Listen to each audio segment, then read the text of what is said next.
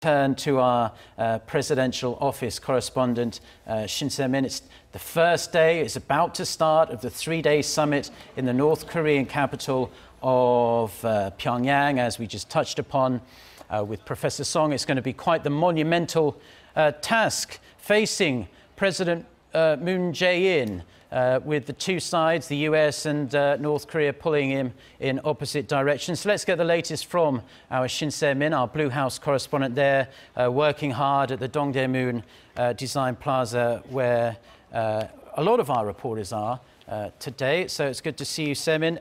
Just give us a rundown, if you wouldn't mind, of what's going on, what's the latest you're hearing there.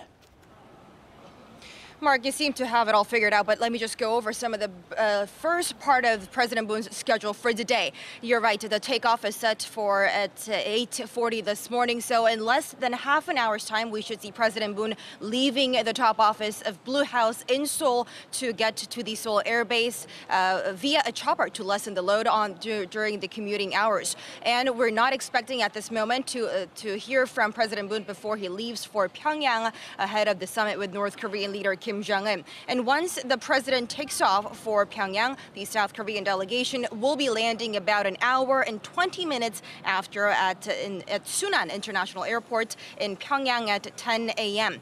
Mark, and as for live broadcasting the event, we still have no guarantees we'll be able to see the welcoming event being held at the airport in Pyongyang, but we will be able to follow the president making his way to the airport in Seoul.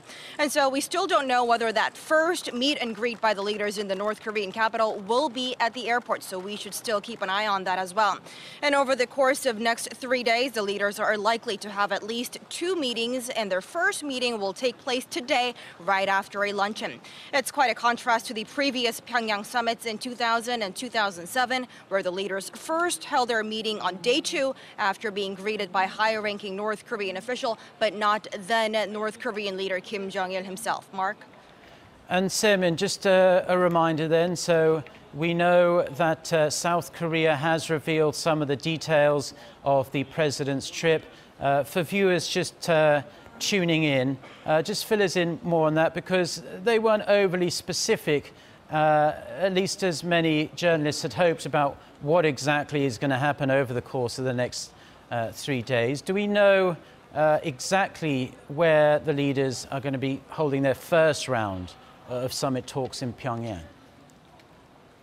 Well, for a starter, no, we do not know that just yet, Mark. But you're right. A lot of the press corps here at the main press center, as well as others around the world, were not being informed about the detailed schedule of President Moon during his 3-day trip to North Korean capital of Pyongyang until just a day before President Moon embarks on a trip today. So just yesterday, the presidential chief of staff, Im Jong-seok, who also doubles the role as the chief of the summit preparatory committee, told reporters about some of the details for President Moon's itinerary and his whereabouts during his trip to Pyongyang.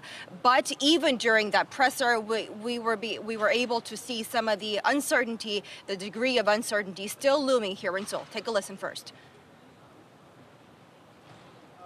If the summit goes smoothly, we can cautiously assume there will be a joint press conference announcing the contents the leaders have agreed.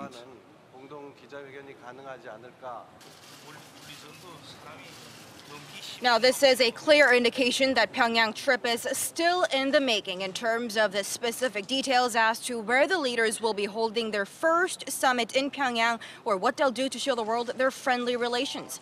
And as for the possible location of the summit, though, 2 places have been identified as the most likely spots: the Baekwawon State Guest House, where previous inter-Korean summits were held, and the other place is the head office of North Korea's Workers' Party, where the leader Kim Jong-un holds his own office.